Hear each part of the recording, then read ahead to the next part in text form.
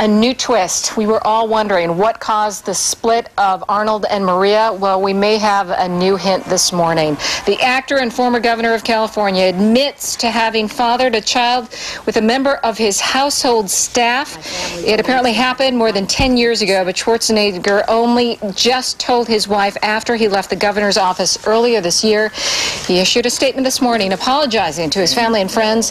The couple announced last week they had separated after 25 years of marriage. They are known as a power couple in the political world, and he apparently has been supporting the child and the mother since the very beginning. I just am so disappointed. Yeah. Not surprised necessarily. I was surprised, and it just made their whole divorce seem so less shocking. Right. Because you just wonder, where did this come from? 25 years of marriage, they seemed like everything was great, and now we have the answer. Yeah, first thing I thought of were the kids in this whole situation. Right. They've got 4 kids, I believe. How do you break that news to your kids, let alone your wife? I mean, or former wife now, but it just seems like a big mess over there. And you think about how this alters their kids from this point on when you learn that your father, you know, who you probably look up to for so long, has done this, has had this deception for so long. Humans make mistakes, and this is one that he's going to have to live with, and now his children know about it, and that'll be tough. Well, one of CBS's most popular hit TV shows, The Good Wife, kind of parallels that. The season finale is tonight, and I think you'll have to watch that. It is a day that you're not going to forget. Disney is apparently cashing in on the elite Navy SEALs who killed Osama bin Laden. Just one day after the raid in Pakistan, Disney applied to trademark SEAL Team 6. That's the name of the unit that led the mission at bin Laden's compound.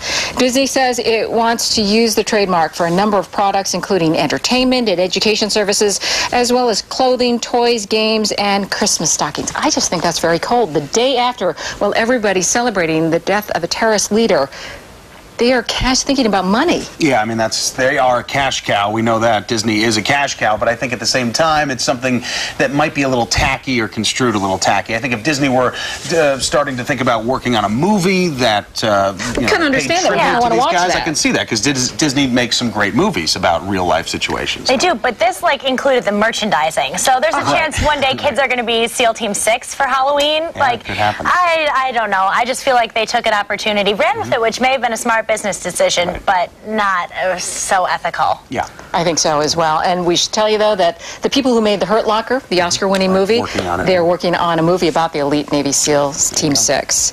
Did you hear about the woman who was arrested indirectly for talking too loudly on her cell phone? That's right.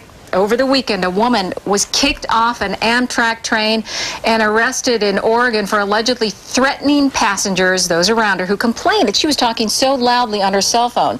Lakeisha Beard was charged with disorderly conduct. Oregon police say Beard had been on the phone nonstop since the train pulled out of Oakland, California. You know what? That was 16 hours earlier. So she had been on the phone, very loud, boisterous, this is according to witnesses, being asked, please, could you keep it down, could you keep it down?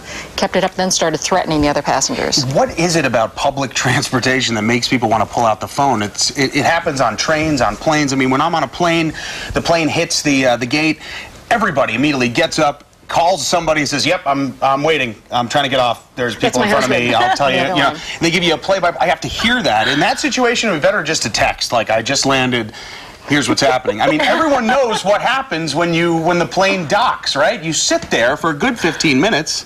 Why do you have to tell the world? Yes, I call the second I land to give people those 15 minutes to get to the airport and pick me up. Oh, yeah. So, in Buffalo, that works. In New York City, yeah, not so much. Right. You know when you have to be there.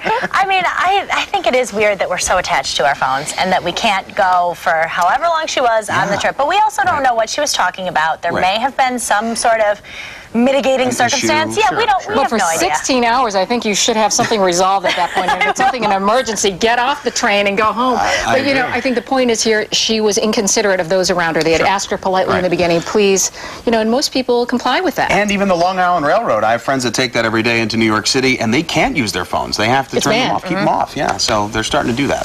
Keep the trouble out. Yeah.